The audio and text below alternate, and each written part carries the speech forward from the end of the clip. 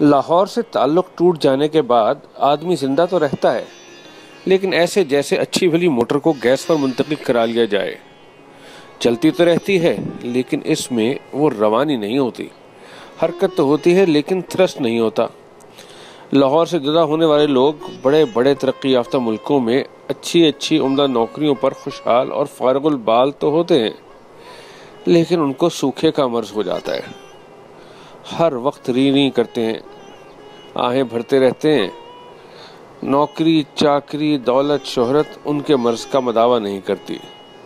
ساری عمر لاہور کو یاد کرتے گزر جاتی ہے اور لاہور آ نہیں سکتے، بس آیا ہی نہیں جاتا۔ یہ ایک مختصر سا اقتباس تھا اشفاق احمد صاحب کا۔